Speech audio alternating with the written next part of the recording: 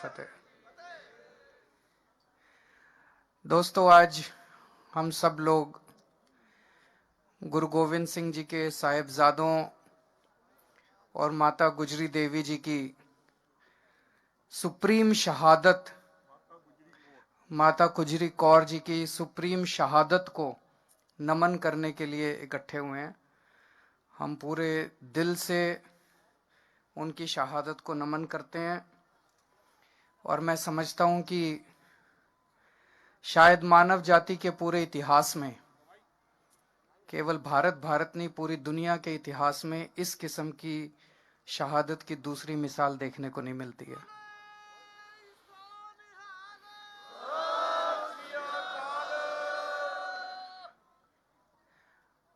आज हमारे देश के किसान दिल्ली के बॉर्डर पे यहां पे आए हुए हैं।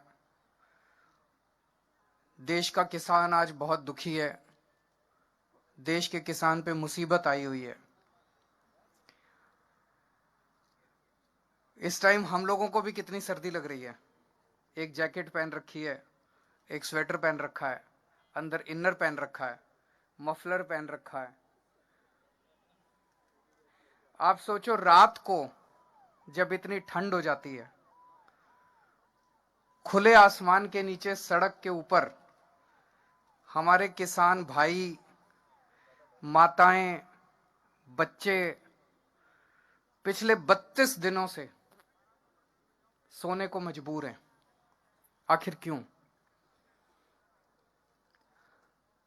सोच सोच के भी दिल कांप उठता है। 40 से ज्यादा लोगों की शहादत हो चुकी है यहां पे। आज इस मंच के जरिए, इतने पवित्र स्थान पे, इतने पवित्र मौके पे मैं हाथ जोड़ के केंद्र सरकार से अपील करता हूं। ये अपने ही लोग हैं, हमारे ही लोग हैं, हमारे भाई हैं, हमारी बहनें हैं, हमारे बुजुर्ग हैं। ये अपने ही देश के लोग हैं। इनकी बातें सुन के, इनकी मांगें पूरी करके वो तीनों कानून वापस ले लो और इन लोगों के संघर्ष को यहीं खत्म करो। अब और कितनी शहादत लेना चाहते हो आप? पता नहीं किस किस तरह की बातें की जा रही हैं।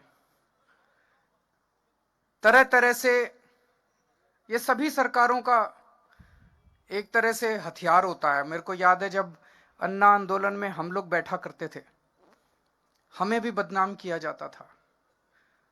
आज किसानों को कहा जा रहा है आतंकवादी हैं, किसानों को कहा जा रहा है राष्ट्रद्रोही हैं।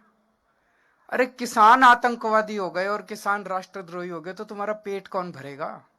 तुमको रोटी कौन देगा उसके बाद? 70 साल से किसानों को, अपने देश के किसानों को सबने धोखा दिया। सारे नेताओं ने धोखा दिया, सारी पार्टियों ने धोखा दिया। किसानों ने केवल और केवल धोखा देखा है अभी तक।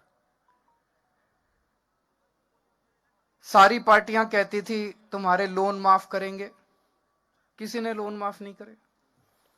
सारी पार्टियां चुनाव के पहले कहती थी तुम्हारे बच्चों को नौकरी देंगे, किसी ने नौकरी नहीं दी। अब ये तीनों कानून लेके आए हैं। इन तीनों कानूनों के जरिए अब ये इनकी खेती भी छीनना चाहते हैं। किसान के पास खेती के अलावा तो कुछ होता नहीं है। उनकी खेती भी छीनना चाहते हैं। उनकी खेती भी उठा के बड़े बड़े 2-4 इनके पूंजीपति दोस्त हैं, उनको देना चाहते हैं। अगर खेती भी चली गई किसान की तो फिर वो कहां जाएगा? और तो तुमने इनके लिए कुछ करा नहीं। खेती करता है बेचारा किसान। खेती भी चली गई तो किसान कहां जाएगा फिर? तो जितने किसान, आप सोच के देखो, इतनी ठंड में अपने घर के बुजुर्गों को और बच्चों को लेके जितने किसान बैठे हैं, वो अपने सर्वाइवल के लिए बैठे हैं। क्योंकि अब आर पार की लड़ाई बन गई है। जब खेती भी चली जाएगी और खेती पे बड़े बड़ी कंपनियों का अधिकार हो जाएगा तो किसान के पास कुछ भी नहीं बचेगा। तो अपनी खेती को बचाने के लिए बैठे हैं। अभी केंद्र सरकार ने, इन्होंने अपने सारे बड़े बड़े नेताओं को उतार दिया मैदान में। इन्होंने सारे मंत्री उतार दिए, सारे इनके मुख्यमंत्री उतार दिए इन्होंने मैदान में। आके भाषण दे रहे हैं, इस कानून से किसानों का फायदा है, इसके कारण मैंने इनके सारे भाषण सुने,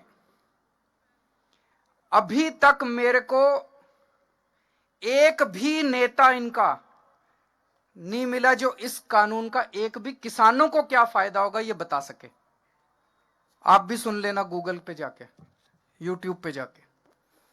जितने ये बड़े बड़े नेता आते हैं सारे क्या कहते हैं? कहते हैं जी हम बताएंगे क्या फायदा होगा। बताओ जी। कहते हैं इससे आपकी जमीन नहीं जाएगी। तो ये कोई फायदा हुआ? जमीन तो है ही आज हमारे पास। इससे आपकी एमएसपी नहीं जाएगी, तो ये कोई फायदा हुआ? इससे आपकी मंडी नहीं जाएगी, ये कोई फायदा हुआ? तो फिर कानून क्यों लाए हो? कानून फाड़ के फेंक दो। आज भी नहीं गई, कानून फाड़ के फेंक। तो इनको कोई फायदा नहीं बता रहे, वो कह रहे कोई नुकसान नहीं होगा, किसानों का कोई नुकसान नहीं होगा। तो फायदा किसका होगा? फायदा उनका होगा। ये साफ जाहिर है कि किसानों का कोई फायदा नहीं है। फिर एक फायदा बताते हैं ये, क्या फायदा? कहते हैं अब किसान मंडी के बाहर पूरे देश में कहीं भी अपनी फसल बेच सकता है। बताओ जी कहां बेचे?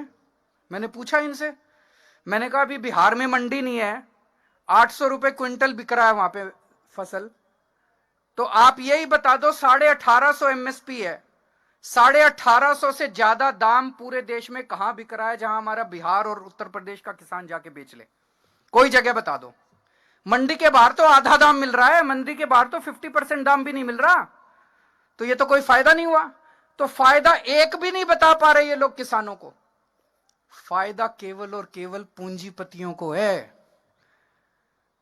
केवल तो आज पूरा देश दो भागों में बटा हुआ है। एक वो लोग हैं, कुछ लोग हैं जो उन पूंजीपतियों को फायदा पहुंचाना चाहते हैं करोड़ों किसानों का नुकसान करके। एक वो लोग हैं जो किसानों के साथ खड़े हैं, और 4-5 पूंजीपतियों को नुकसान हो जाए तो क्या फर्क पड़ता है? अगर करोड़ों किसानों का फायदा हो रहा है तो उसके साथ खड़ा है देश। एक ये आरोप लगा रहे हैं किसानों को गुमराह किया जा रहा है। मैं आज यहां से चैलेंज करता हूं, मैं चैलेंज करता हूं केंद्र सरकार अपने सबसे बड़े, जिसको भी इसका पता है वो आ जाए और हमारे किसानों के नेता आ जाएं और पब्लिक में डिबेट कर लें दोनों को, किसको ज्यादा जानकारी है। कहते हैं किसानों को जानकारी नहीं है, किसान बता देंगे।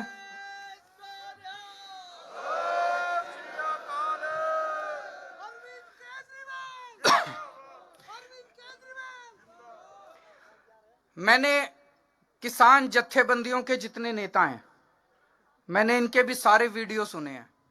इतने शानदार तरीके से आपको संविधान समझा देते हैं। इनको सारा संविधान पता है, इनको सारा कानून पता है। मुझे पूरा यकीन है जितना इनको पता है उतना तो इनके मंत्रियों को भी नहीं पता होगा। तो मैं आज चैलेंज करता हूं, एक बारी दूध का दूध पानी का पानी भी हो जाएगा कि इनके जितने, जो भी इनके सबसे बड़े मंत्री हैं जिसको सबसे ज्यादा इसकी जानकारी है, वो आ जाएं और हमारे किसान नेता आ जाएं और पूरे देश के सामने आमने सामने डिबेट हो जाए। पूरे देश को पता चल जाएगा ये कानून कितने खतरनाक हैं और ये कानून कितने गंदे हैं। तो मैं आज उम्मीद करता हूं इस पवित्र स्थान से कि केंद्र सरकार और किसानों की शहादत ना करवाए। 40 से ज्यादा किसान शहीद हो चुके हैं और अब इनकी आर पार की लड़ाई है। जल्दी से जल्दी केंद्र सरकार इन तीनों कानूनों को वापस ले, एमएसपी की गारंटी दे, उसके लिए कानून लेके आए और अब किसानों का संघर्ष खत्म करवाए। बहुत बहुत शुक्रिया।